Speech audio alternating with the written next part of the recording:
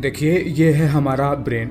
Brain से निकला हुआ है स्पाइनल कॉर्ड, और स्पाइनल कॉर्ड से बिल्कुल वृक्ष की शाखा की तरह निकली हुई हैं कई सारी नर्व्स जो शरीर में फैलकर जुड़ जाती हैं मांसपेशियों से, ग्लैंड से, शरीर के बाकी के ऑर्गन से, जैसे हमारा हार्ट हो गया, इंटेस्टाइन हो गया, इन सब चीजों से जुड़ने से। जैसे हमारे घर में दीवार के अंदर तार की वायरिंग हुई होती है ना, जो बल्ब को, पंखा को और इन सब चीजों से जाकर जुड़ता है, घर भर में करंट को डिलीवर कराकर घर में हम लाइट जला पाते हैं, पंखा चलाते हैं, फ्रिज चलाते हैं। ठीक उसी तरह शरीर भर में नर्व फैलकर इलेक्ट्रिक इम्पल्सेस को फैलाते हैं। इस नर्व के जाल से ब्रेन दरअसल मोटर इम्पल्सेस मसल्स को और ग्लैंड्स को, ऑर्गन्स को, इन सब को भेजकर मूवमेंट कराता है। सेंस ऑर्गन से इम्पल्सेस को ब्रेन तक ले जाकर इन्हें सेंस कराता है।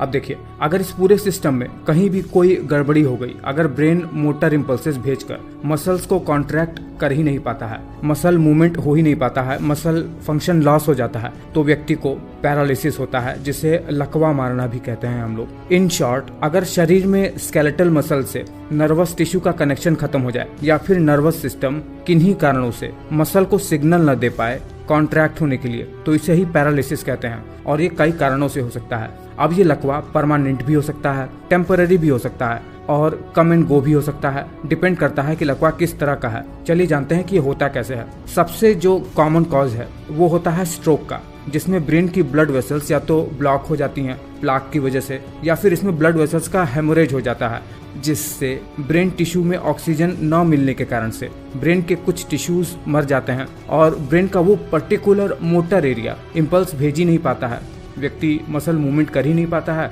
और व्यक्ति को पैरालिसिस हो जाता है। ब्रेन या फिर स्पाइनल कॉर्ड में अगर किसी भी तरीके की इंजरी हो जाए तो भी इम्पल्सेस ढंग से कंडक्ट नहीं हो पाते हैं। कुछ न्यूरोलॉजिकल कंडीशन जो सबसे ज्यादा खतरनाक होते हैं, जैसे बच्चे के जन्म के समय ही उनका सेरेब्रल कॉर्टेक्स अगर डैमेज हो जाए जेनेटिक कारणों से या फिर ऑक्सीजन की कमी के कारण से, जिसे सेरेब्रल पाल्सी कहते हैं, तो भी व्यक्ति को लकवा हो जाता है। वो जन्म से ही हो सकता है। इसमें शरीर की मसल स्टिफ हो जाती है।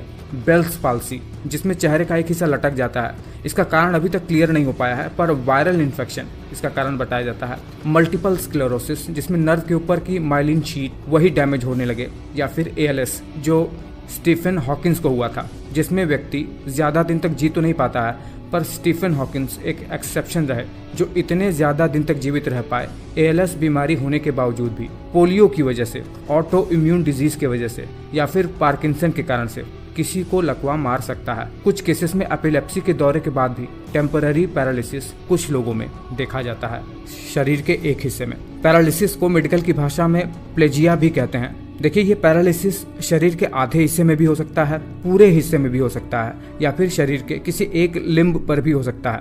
उसी के आधार पर इसका नामकरण भी किया जाता है मेडिकल में। और इसे डायग्नोस कैसे करते हैं? बॉडी की स्क्रीनिंग से, इलेक्ट्रोमायोग्राम से, CSF फ्लूइड के टेस्ट से, जेनेटिक टेस्ट से, माइलोग्राम से इसे डायग्नोस किया जाता है, और ट्रीटमेंट इसका डिपेंड करता है। वैसे इसका कहीं कोई इलाज तो नहीं है, पर स्ट्रोक में, बेल्स पाल्सी में या फिर सेरेब्रल पाल्सी में कुछ एक्सरसाइज कराई जाती है व्यक्ति को, जो उनकी डेली लाइफ को आसान बना सकता है। देखिए, मैंने बहुत ही कम शब्दों में बताने का प्रयास किया है, बहुत ही शॉर्ट में। उम्मीद करता हूँ कि आपका कॉन्सेप्ट क्लियर हो गया होगा कि लकवा आखिर होता क्या है।